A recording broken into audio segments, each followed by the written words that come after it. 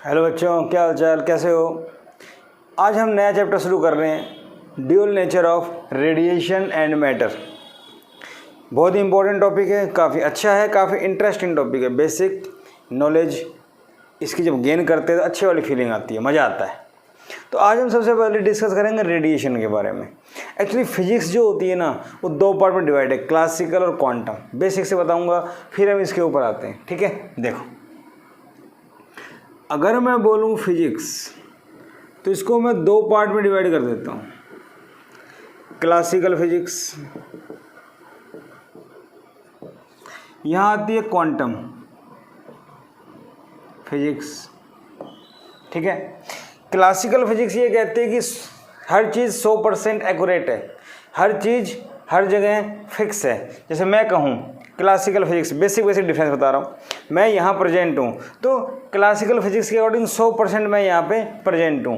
Quantum physics कहती है कि किसी भी चीज़ की कहीं पे होने की संभावना, प्रोबेबिलिटी 100% नहीं हो सकती, 99.99 हो सकती है, 100% नहीं हो सकती। जैसे आपने केमिस्ट्री में पढ़ा होगा हाइजेनबर्ग अनसर्टेनिटी प्रिंसिपल, वो यहीं से आता है, क्वांटम से। समझ रहे हो मेरी बात, ये अलग बातें हैं। फिलहाल हम इसमें पढ़ेंगे लाइट के बारे में। रेडिएशन पढ़ रहे हैं ना पहले, लाइट, तो यहाँ पे लाइट।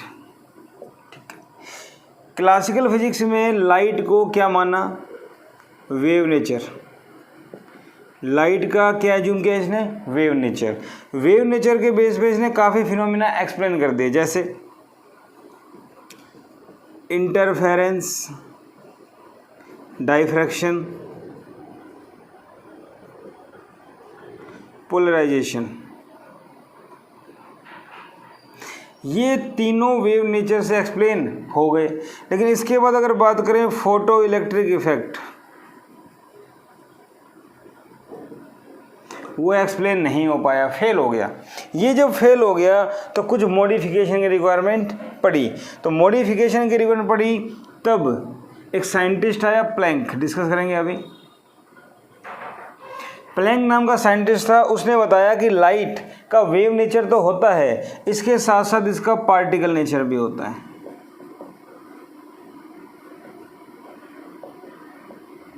रेडिएशन का पार्टिकल नेचर होता है। पार्टिकल नेचर का मतलब मटेरियल पार्टिकल नहीं है,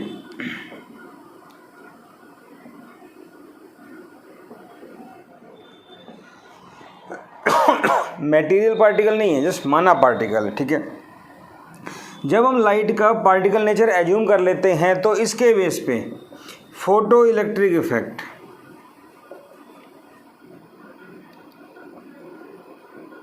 एक्सप्लेन हो जाता है। फोटो इलेक्ट्रिक इफेक्ट एक्सप्लेन हो जाता है। एक्चुअली फोटो इलेक्ट्रिक इफेक्ट नहीं है, ऐसे और भी हैं, कॉम्पटन इफेक्ट, पेयर प्रोडक्शन। अपने सिलेबस में एक ही है photo electric effect, Compton effect नहीं है। समझ रहे हो मेरी बात। तो फोटो इलेक्ट्रिक इफेक्ट जो है वो एक्सप्लेन हो जाता है कॉम्पटन, क्योंकि तीनों पार्टिकल नेचर से, जब लाइट को पार्टिकल नेचर की तरह ट्रीट करते हैं, पार्टिकल नेचर मतलब फोटोन, सुना होगा आपने, तब ये तीनों एक्सप्लेन हो जाते हैं। लेकिन जब वेव मानते हैं तो नहीं होता। इतनी बात समझ में आ गई, डिफरेंस समझ में आ गया। ठीक है, वेव नेचर में अगर मैं बात करूँ इंटेंसिटी, तो इंटेंसिटी क्या होती है, directly proportional to square of amplitude.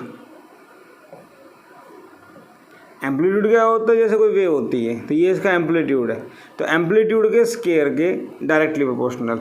But यहाँ पे इंटेंसिटी अलग है, अभी हम डिस्कस करेंगे आगे जाके।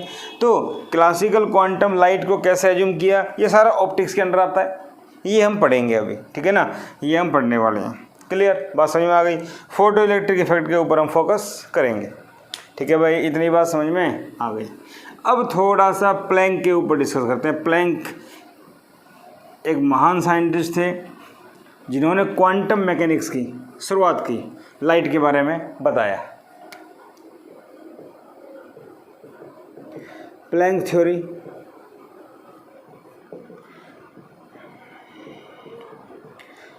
Planck assume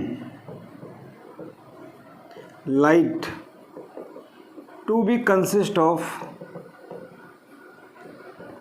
small packet of energy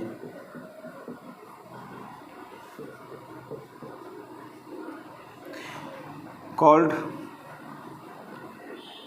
quantum और क्वांटा, ठीक है। पैकेट ऑफ एनर्जी, क्वांटा या क्वांटम एक ही बात है। क्वांटा पैकेट ऑफ एनर्जी है,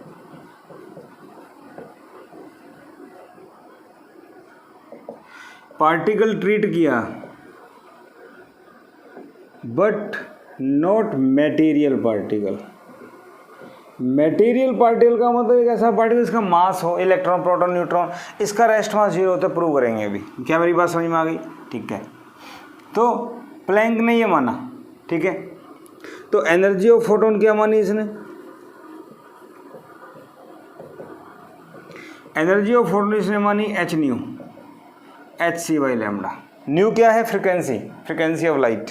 तो एक फोटोन की एनर्जी एच न्यू होती है, याद कर लो आप, शायद केमिस्ट्री में पढ़ा होगा +1 में। एच सी बाई लैम्डा, क्या ये मेरी बात समझ में आ गई? ठीक है। अगर एच सी की बात करें तो इसको सोल्व करें तो 12400 इलेक्ट्रॉन वोल्ट लैम्डा एंगस्ट्रम में, या कुछ लोग लैम्डा में एंगस्ट्रम के ऊपर डॉट की जगह साइड में डॉट लगा देते हैं, जो गलत होता है। ऊपर डॉट आती, ठीक है। ये शॉर्टकट फॉर्मूला हो गया एनर्जी निकालने का, ठीक है। तो फोटोन की एनर्जी होती है, फ्रिक्वेंसी पे डिपेंड करती है। फोटोन की जो एनर्जी है वो फ्रिक्वेंसी पे डिपेंड करती है, ना कि इंटेंसिटी पे। क्लियर? इंटेंसिटी क्या होती है आगे पढ़ेंगे। ओके, इसके बाद बात करूँ मोमेंटम। तो फोटोन का मोमेंटम क्या होगा? देखो, मोमेंटम को P मान लो, P को mc मान लो, ऐसे मान सकते हैं। या एक फॉर्मूला और है, E = PC, P = E/c। E क्या होता है? hc/λ बटे में c, c से c कैंसिल, h/λ। क्या ये बात समझ में आ गई? ठीक है। मोमेंटम क्या हो गया? h/λ। क्लियर? और देखो, ऑल्सो फोटोन जो होता है वो स्पीड ऑफ लाइट से चलता है, फोटोन स्पीड ऑफ लाइट से चलता है। तो इसमें E = mc² फॉर्मूला यूज कर सकते हैं, थ्योरी ऑफ रिलेटिविटी। और ये क्या होता है? h new. तो यहाँ से अगर मैं मास निकालूँ, मास ऑफ फोटोन, तो क्या हो जाएगा? h न्यू/c²। बोलो, h न्यू/c²। तो मास का फॉर्मूला आ जाएगा इक्विवेलेंट मास, ठीक है, ध्यान रखना इसका। ओके, तो मास फ्रिक्वेंसी है तो आएगा। यहाँ से अगर इसको और सिंप्लीफाई करें तो hc/λ c, सॉरी c² था, एक c कैंसिल, तो h/λ c। मास का एक और फॉर्मूला आ जाएगा हमारे पास, मास का एक और फॉर्मूला आ जाएगा h/λ c। इतनी बात समझ में आ गई? ठीक है। यहाँ से मोमेंटम निकालो, P = mc, speed of light से मूव करता है, तो m क्या आ गया? h/λ c, और c से c h/λ। तो मोमेंटम का एक और फॉर्मूला आ गया।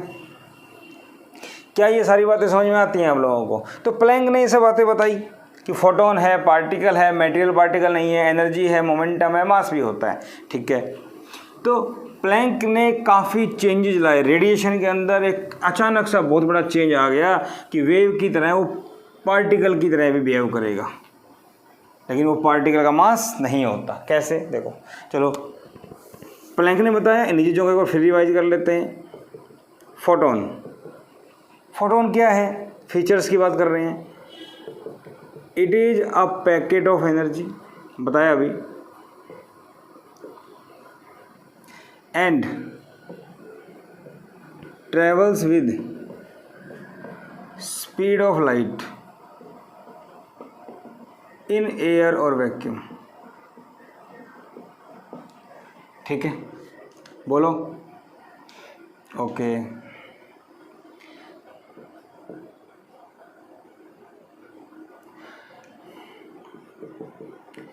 Energy of photon do not change with medium because E = h new and nu do not change with medium। Medium के चेंज होने से फ्रीक्वेंसी चेंज नहीं होती। न्यू क्या होता है? फ्रीक्वेंसी। मीडियम के चेंज होने से फ्रिक्वेंसी चेंज नहीं होती, इसलिए एनर्जी भी चेंज नहीं होती। तो एनर्जी कांस्टेंट रहती है, energy of photon don't change with medium. ठीक है, इतनी बात समझ में आ गई। ये पैकेट ऑफ एनर्जी होता है travel with speed of light, speed of light से मूव करता है एयर और वैक्यूम में। क्लियर, इतनी बात समझ में आ गई। ठीक है, तीसरा, speed of photon depend on medium because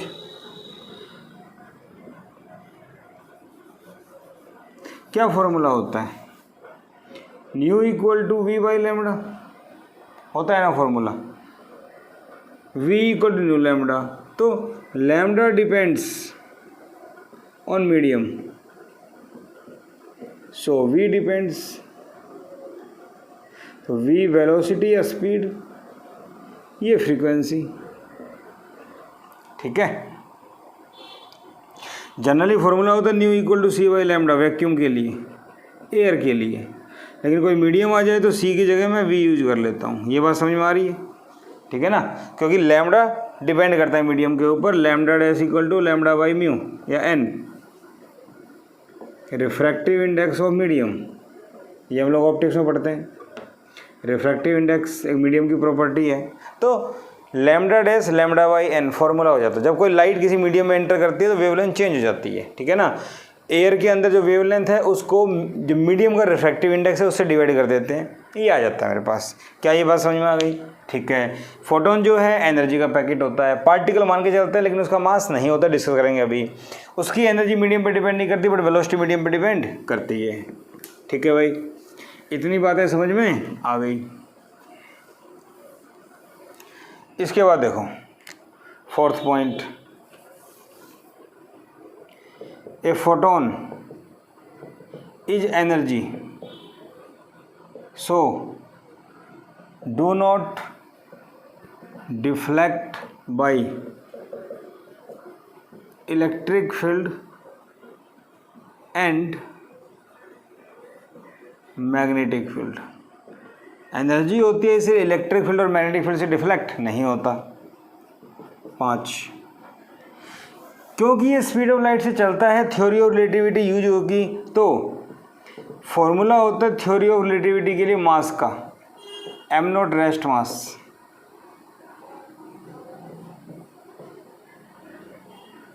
one minus v square by c square. ठीक है, for photon v equal to c, v c के बराबर होगा तो क्या होगा, m equal to m naught, 1 minus 1, 1 minus 1 0। अरे बोलो, v और c बराबर है तो 1 माइनस 1 0, और इसको इधर ले आओ, क्या आ गया 0। तो rest mass of photon is 0। Photon का रेस्ट मास 0 होता है, इसका मतलब फोटोन रेस्ट पे होता ही नहीं, फोटोन हमेशा चलता रहता है। फोटोन का रेस्ट मास 0 होने का मतलब फोटोन रेस्ट पे रहेगा ही नहीं, वो चलता रहेगा। क्या ये बात समझ में आ गई? ठीक है, फोटोन रेस्ट पे नहीं रहेगा। क्लियर, इतनी बात समझ में आ गई? ठीक है भाई, 5 पॉइंट हो गए। 6 वही बातें, एनर्जी ऑफ फोटोन। फोटोन की एनर्जी की बात करें तो मैंने अभी बताया E equal to h nu, frequency depend करती है एच सी बाई लेमडा। ठीक है, एच सी मैंने बताया 12400, बाकी ये वैल्यू आप याद कर लो। ठीक है, मोमेंटम ऑफ फोटोन, फोटोन का मोमेंटम क्या होगा, since E equal to p c, P equal to E by c, E equal to h c by lambda, c h by lambda. ठीक है, तो मोमेंटम ऑफ फोटोन क्या हो गया, h by lambda, wavelength पे depend करेगा। ठीक है, यहाँ अगर देखा जाए तो वेयर एच क्या होता है, प्लैंक्स कांस्टेंट। ये आपको नहीं पता, आपके नई चीज़ है। 6.62 10⁻⁻34 जूल सेकेंड। यूनिट निकाल लो, E equal to h nu, E by nu h. E क्या है? जूल। फ्रीक्वेंसी क्या होती है? पर सेकंड, तो जूल सेकंड। आ गई बात समझ में? तो यूनिट समझ में आ गई आप लोगों को? ठीक है। तो एनर्जी मोमेंटम दोनों चीज़ें होती हैं। क्लियर? 8। इसके बाद हम बात करें इंटेंसिटी ऑफ फोटोन और electromagnetic flux. Intensity of photon और इलेक्ट्रोमैग्नेटिक फ्लक्स, इतनी बातें समझ में आ गई हमारे? ठीक है। चलो इससे पहले एक पॉइंट और पढ़ते हैं। 8th क्या?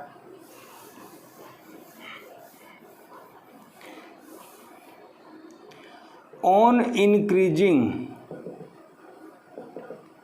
Intensity of light. अभी बताऊंगा इंटेंसिटी क्या होती है। Number of photons increases but energy of each photon remains same. Intensity क्या होती है अभी जस्ट बताऊंगा। जस्ट ये मान के चलो इंटेंसिटी एक टाइप की एनर्जी होती है। तो एनर्जी को इंक्रीज करने से नंबर ऑफ फोटॉन्स, फोटोन की जो संख्या है, जो नंबर है 5, 10, 15, 20, वो बढ़ जाता है। बट एक फोटोन की जो एनर्जी है वो चेंज नहीं होती। इसका मतलब energy of photon do not increase with intensity of light. हाँ या ना? बताऊंगा अभी आगे। लाइट की इंटेंसिटी से नहीं बढ़ता। समझ रहे हो मेरी बात? ठीक है। जैसे मान लो ये मेरे पास कोई मेटल है, यहाँ पे एनर्जी गिरी, तो एनर्जी गिरने से इलेक्ट्रॉन निकले। एनर्जी की इंटेंसिटी आपने इंक्रीज कर दी तो सॉरी इलेक्ट्रॉन नहीं,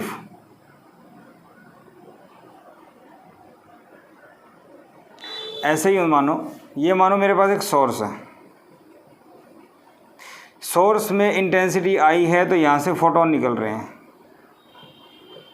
फोटॉन्स एमिट कर रहे हैं ये।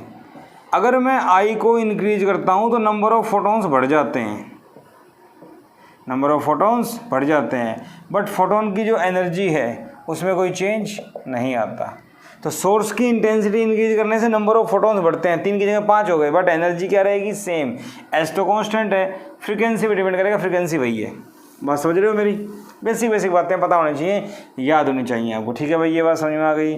9 का देखते हैं।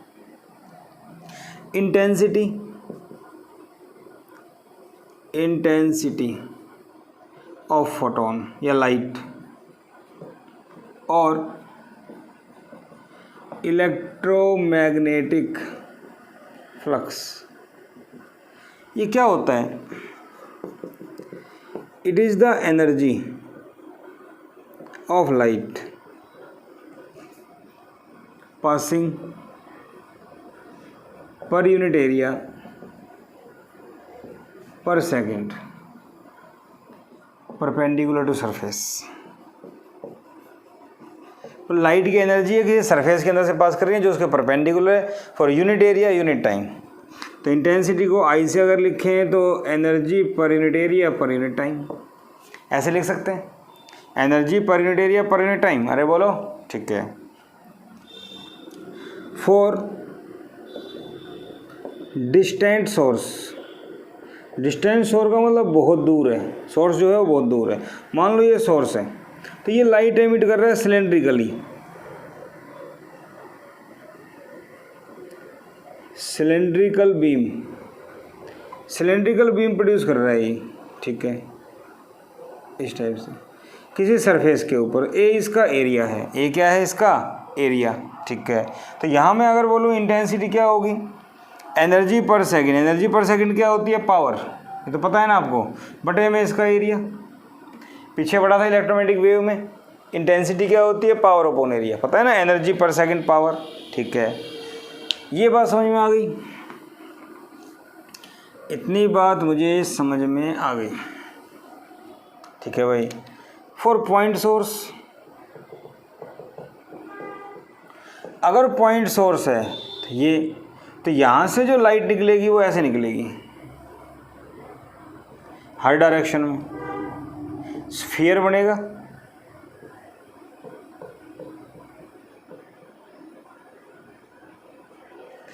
तो यहाँ इंटेंसिटी क्या होगी, power upon area, but power area क्या होगा 4πr², अगर r इसकी रेडियस है तो, ठीक है ना।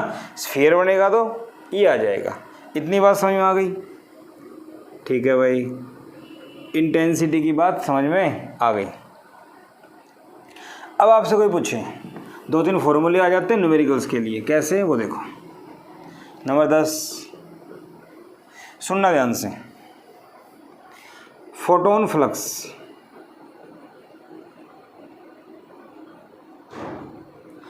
फोटोन फ्लक्स क्या होता है, नंबर ऑफ फोटोन्स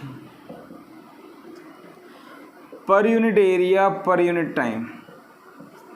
अगर मैं बोलूँ energy per unit area per unit time तो इंटेंसिटी है, पर नंबर ऑफ फोटोन्स पर सेकंड पर यूनिट एरिया क्या होता है, फोटोन फ्लक्स, ठीक है। इसको अगर मैं फाई से लिखूं तो नंबर ऑफ फोटोन्स n हो गया बटे में एरिया बटे में टाइम, लिख सकता हूं मैं ऐसे, ठीक है। ऑल्सो फोटोन फ्लक्स, सुनना ध्यान से, नंबर ऑफ फोटोन चाहिए तो इसको मैं लिख सकता हूं intensity, energy, total energy of all photons, energy पर सेकंड पर यूनिट एरिया। यहाँ मैं लिख दूँ energy of each photon,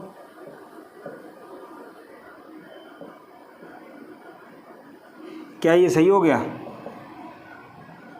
I/h²। कैसे चेक करते हैं, देखो इंटेंसिटी होती है एनर्जी बटे में एरिया बटे में टाइम, और टोटल एनर्जी है तो NH²। भाई h² एक फोटोन की एनर्जी, n फोटोन की टोटल, और एक फोटोन की h² से h² कैंसिल, तो n/80 आ गया। बात समझ में आ गई, ठीक है। तो हम क्या लिख सकते हैं यहाँ पे, NH² total energy E = NH², n number of photons.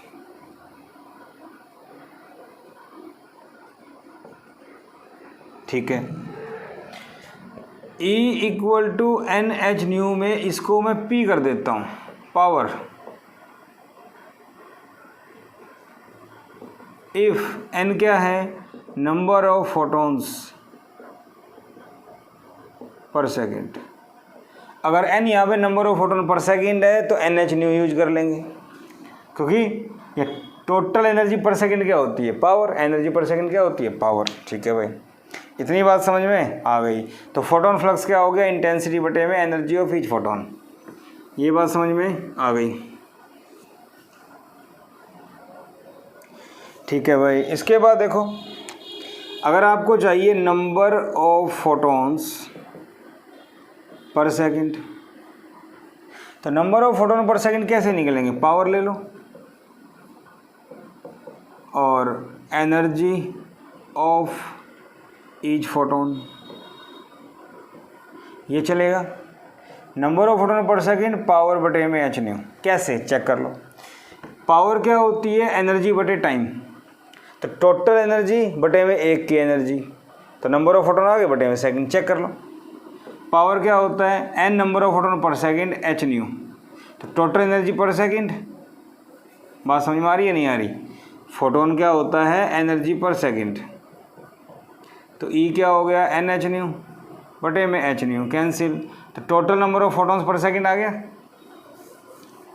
तो ये फॉर्मूला आपको ध्यान रखना है थोड़ा सा, बस और कुछ नहीं है इसके अंदर। तो नंबर ऑफ फोटोन्स पर सेकंड, इतनी बात समझ में आ गई। ठीक है, also photon flux, photon flux को और क्या लिख सकता हूँ मैं, देखो नंबर ऑफ फोटोन्स पर सेकंड बटे में एरिया चाहिए, तो एरिया ले लो, ऐसे भी लिखा जा सकता है इसको, तो किसी भी तरीके से लिखा जा सकता है, आपको फॉर्मूला ध्यान रखना है। ठीक है, पावर NH² किसी भी टाइप से आपसे पूछा जा सकता है। ठीक है भाई, 11 का पॉइंट देखो। और इसके बाद कोई आपसे पूछे pressure due to light radiation या फोटोन,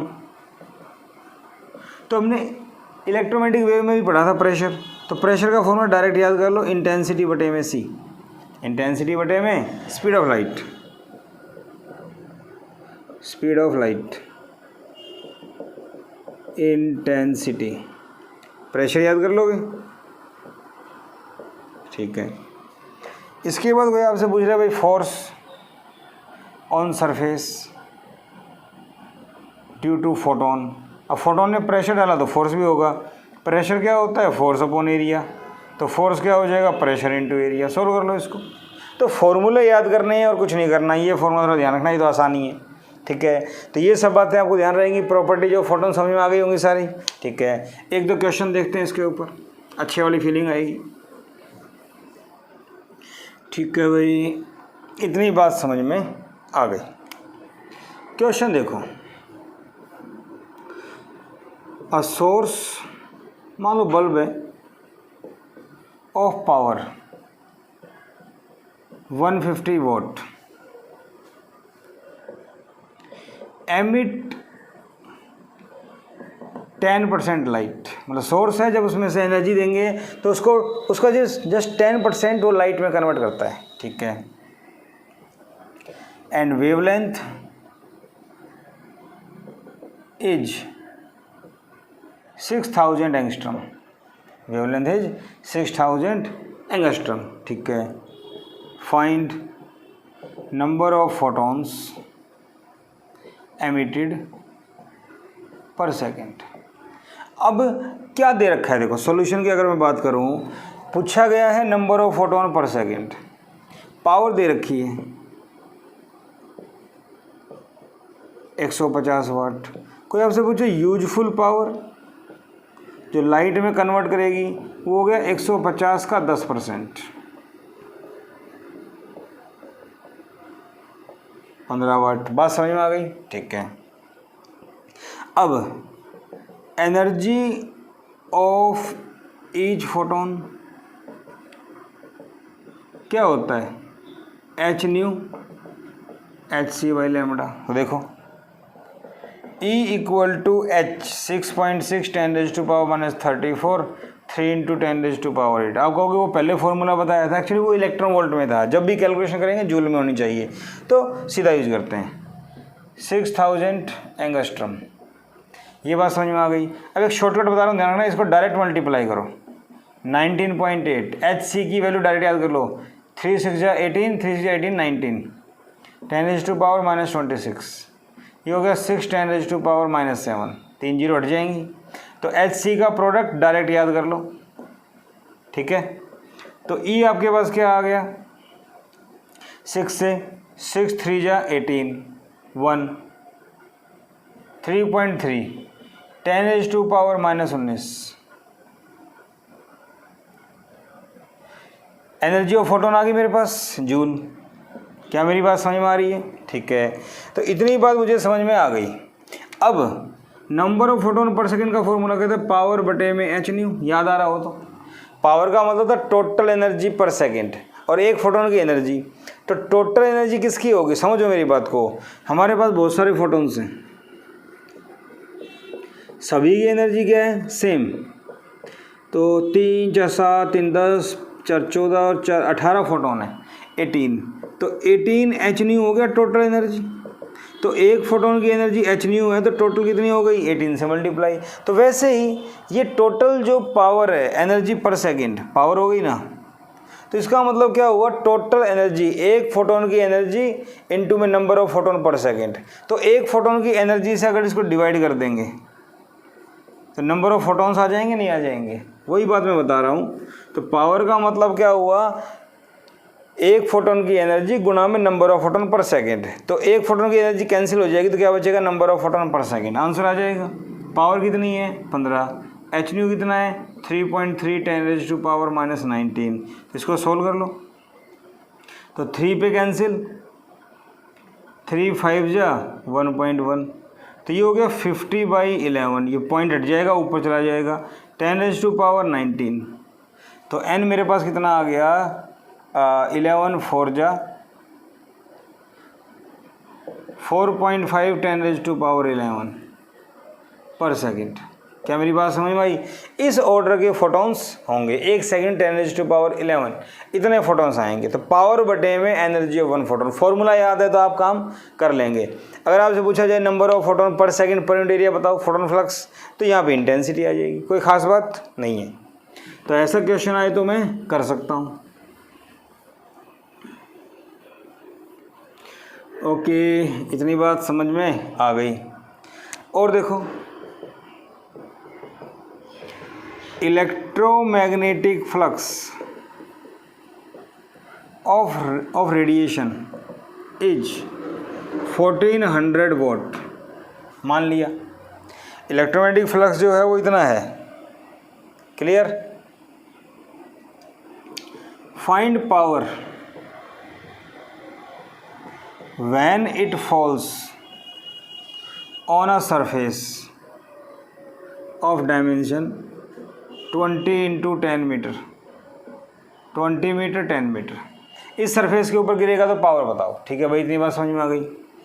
फाइंड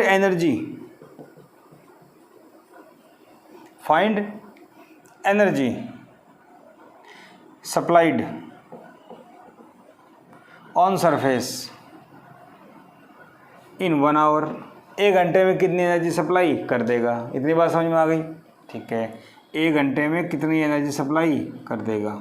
ठीक है, find pressure on surface, also find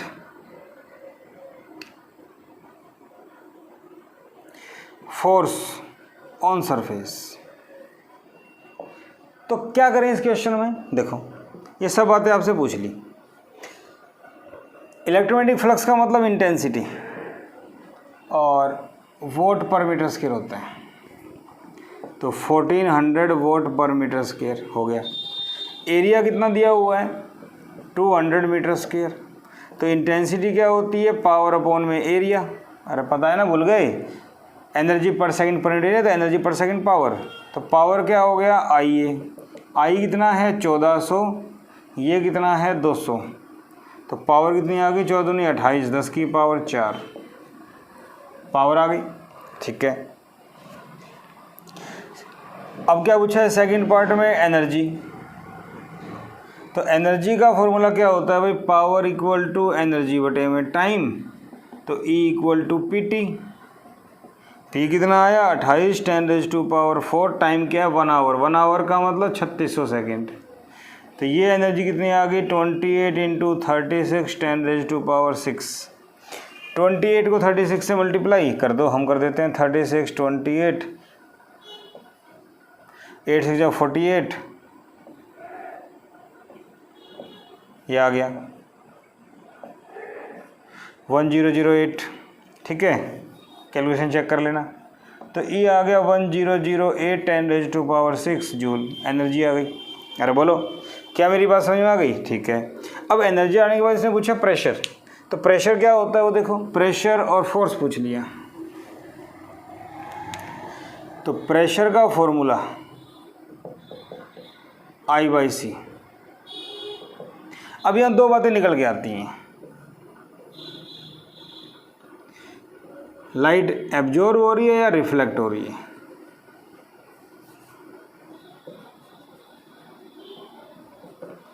अगर एब्जॉर्ब हो रही है तो पावर का फॉर्मूला I/C होगा, और अगर रिफ्लेक्ट हो रही है तो 2I/C होगा। ये मैंने आपको इलेक्ट्रोमैग्नेटिक वेव में बताया था, यहाँ भी ध्यान रखना, अभी बताना भूल गया था हम आपको। ठीक है, यहाँ ऐसा कुछ नहीं दिया हुआ, ना मिरर बोला गया, इसका मतलब ये यूज करेंगे।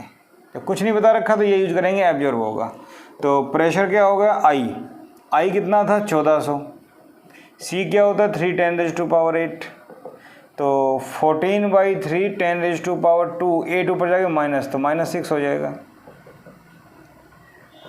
4.6 10⁻⁻6 प्रेशर न्यूटन पर मीटर स्क्वायर। बात समझ में आ गई। आपसे कोई पूछे फोर्स, तो फोर्स क्या होता है, प्रेशर इनटू एरिया।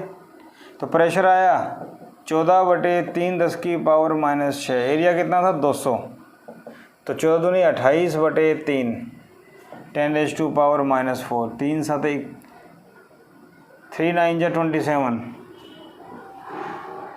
10⁻⁻⁴। तो मेरे ख्याल से कोई दिक्कत नहीं, कैलकुलेशन करनी आनी चाहिए। छोटे छोटे फॉर्मूले हैं जो आपको पता होने चाहिए, कैलकुलेशन करनी है बस, ठीक है ना। ये इंपॉर्टेंट है, जो इलेक्ट्रोमैग्नेटिक वेव में आया था यहाँ भी आ रहा है, ठीक है ना, वही बातें हैं। तो मेरे ख्याल से कर लेंगे। फोटॉन्स की सारी फीचर हमने पढ़ ली। फोटोन एक पार्टिकल है, लेकिन मटेरियल पार्टिकल नहीं है, पैकेट ऑफ एनर्जी होता है, लेकिन फोटॉन्स को पार्टिकल माना गया, एक पार्टिकल की तरह बिहेव करेगा, ठीक है ना। क्या इतनी बात समझ में आ गई आप लोगों को? ठीक है, ठीक है भाई, बेसिक बातें कर ली हमने, फोटोन के बारे में पढ़ा। अब हमें पढ़ना है बेसिक कंसेप्ट, जो हमारा फोटो इलेक्ट्रिक इफेक्ट है। उस पर पहुँचने से पहले कुछ बेसिक बातें करेंगे। इलेक्ट्रॉन्स इन मेटल, मेटल के अंदर जो इलेक्ट्रॉन्स है उसकी बात करें तो आपको पता है मेटल है, इसके अंदर बहुत सारे एटम्स होते हैं। हर एटम के अंदर इलेक्ट्रॉन्स लूजली बाउंड होते हैं, तो वो इलेक्ट्रॉन यहाँ पे घूमते रहते हैं। क्या कंसेप्ट है ये? बात समझ में कुछ आई? देखो, मेटल के जो एटम्स हैं उसके जो वैलेंस इलेक्ट्रॉन है, आउटर मोस्ट शेल के इलेक्ट्रॉन, उनको एटम से निकलने के लिए बहुत कम एनर्जी चाहिए, ठीक है। तो वो कुछ एनर्जी मिल गई रूम टेम्परेचर पे, तो इन एटम से बाहर आ जाते हैं। तो वो दो चीज़ें होती हैं, इलेक्ट्रॉन एक तो एटम से बाहर आए, एक मेटल से ही बाहर आए। तो मेटल से बाहर नहीं आया, एटम से बाहर आया, और एटम से बाहर आया तो इस मेटल में कहीं भी घूम सकते हैं। तो electrons are free to move inside metal, ठीक है। तो कंप्लीटली फ्री नहीं है, सेमी फ्री है, और बाउंड, इलेक्ट्रॉन्स बाउंड है। जब वो मेटल से पूरा बाहर निकल जाएगा तब कहलाएगा वो फ्री, ठीक है। इतनी बात समझ में आ गई? ओके। तो इलेक्ट्रॉन्स मेटल के अंदर बाउंड है, लेकिन अंदर कहीं भी घूम सकते हैं फ्री, और यही वैलेंस सेल के इलेक्ट्रॉन्स होते हैं, क्लियर है। और बहुत सारे इलेक्ट्रॉन्स होते हैं, जनरली 10⁻29 इलेक्ट्रॉन्स पर मीटर क्यूब, इस टाइप से मान के चलते हैं और रफली, ठीक है।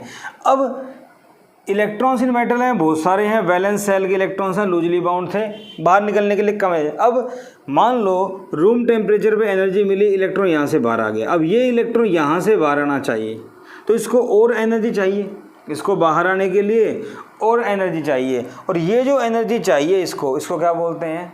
Work function. क्या बोलते हैं इसको? Work function. ये बात समझ में आ रही है? Work function. तो इसके बारे में टर्म डिफाइन करें हम, वर्क फंक्शन। तो वर्क फंक्शन क्या होता है? It is the energy required to eject the electron from metal surface. अब इलेक्ट्रॉन इसके अंदर तो फ्रीली घूम सकते हैं कि थर्मल एनर्जी की वजह से इलेक्ट्रॉन बाहर आ गए, बट मेटल से बाहर निकालने के लिए एनर्जी चाहिए, उसको क्या बोलते हैं? Work function. और कम से कम जो एनर्जी चाहिए मिनिमम बाहर निकलने के लिए, उसको क्या बोलते हैं? Work function. कम से कम का मतलब है यहाँ से बाहर निकलेगा, जस्ट बाहर आके रेस्ट पे आ जाएगा, बैठ जाएगा, बाहर मूव करने के लिए एक्स्ट्रा एनर्जी नहीं है उसके पास। मेरी बात समझ रहे हो? तो इतनी एनर्जी मिनिमम की वो बाहर आ जाए, उसको क्या बोलते हैं? Work function. तो दो बातें हो गई कि थर्मल एनर्जी की वजह से आउटर मोस्ट शेल के इलेक्ट्रॉन बाहर निकले, वो घूम सकते हैं। मेटल से बाहर आने के लिए एनर्जी चाहिए, उसको क्या बोलते हैं? Work function. पर मेटल से बाहर आने के लिए इतनी ही एनर्जी मिलेगी तो बाहर आके बैठ जाएगा, एक्स्ट्रा एनर्जी मिलेगी तो बाहर मूव करेगा। जैसे if energy greater than threshold then electron has some kinetic energy outside metal. Metal के बाहर कुछ काइनेटिक एनर्जी होगी, इलेक्ट्रॉन जिससे वो मूव करेगा। लेकिन अगर इलेक्ट्रॉन की इसके बराबर है तो इलेक्ट्रॉन मेटल से बाहर आकर रेस्ट पर होगा। मेटल से बाहर आके वो रेस्ट पे आ जाएगा, ठीक है भाई, इतनी बात समझ में आ गई। अब वर्क फंक्शन का फॉर्मूला क्या होता है? H new not. New not क्या होता है? Threshold frequency. न्यू नोड क्या होता है? Threshold frequency. अब वर्क फंक्शन हमने डिफाइन कर दिया कि मिनिमम एनर्जी होती है जिससे इलेक्ट्रॉन बाहर आएगा, मिनिमम एनर्जी होती है जिससे इलेक्ट्रॉन बाहर आएगा, ठीक है। अब थ्रेशोल्ड फ्रीक्वेंसी क्या होती है? It is the minimum frequency of incident light for which electrons can be emitted from metal. ये कम से कम फ्रीक्वेंसी है इंसिडेंट लाइट की किसी मेटल के लिए जिससे इलेक्ट्रॉन निकलेंगे। If new less than new not, अगर इंसिडेंट लाइट की फ्रीक्वेंसी से कम है तो electrons do not emit, electron नहीं निकलेंगे। Clear? New not is different for different metals, अलग अलग मेटल के लिए अलग अलग होता है, ठीक है। इतनी बात समझ में आ गई? ओके। इसके बाद एक टर्म और आ जाती है थ्रेशोल्ड वेवलेंथ। ये होता है लैम्डा नॉट। ये क्या होता है? देखो फॉर्मूला होता है nu equal to c by lambda, तो ये इसका इन्वर्सली है, तो ये क्या हो जाएगा? यहाँ लिखूँ मैं, lambda naught is the maximum wavelength of incident light above which, above विच का मतलब इससे ज़्यादा हो जाए तो emission of electron is not possible. अगर इससे ज़्यादा हो जाए तो इलेक्ट्रॉन नहीं निकलेंगे, अगर इससे ज़्यादा हो जाए तो इलेक्ट्रॉन नहीं निकलेंगे। क्या मेरी बात समझ में आ गई? ठीक है। क्या मेरी बात आपको समझ में आ गई? क्या इतनी बातें आ गई? ठीक है। तो थ्रेशोल्ड वेवलेंथ, थ्रेशोल्ड फ्रीक्वेंसी क्या होती है, ये बातें समझ में आ गई आप लोगों को? ठीक है।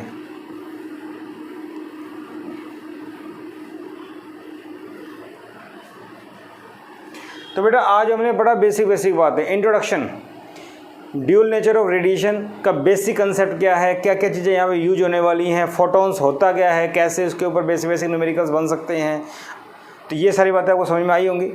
नेक्स्ट लेक्चर में हम लोग पढ़ेंगे इलेक्ट्रॉन एमिशन कैसे कैसे हो सकता है और फोटो इलेक्ट्रिक इफेक्ट होता क्या है, और फोटो इलेक्ट्रिक इफेक्ट के बाद एक्सपेरिमेंटल स्टडी कैसे करते हैं उसकी। ठीक है। तो आज का लेक्चर पसंद आया हो तो चैनल को सब्सक्राइब करना ना भूलें, लाइक ज़रूर कीजिए। Thank you.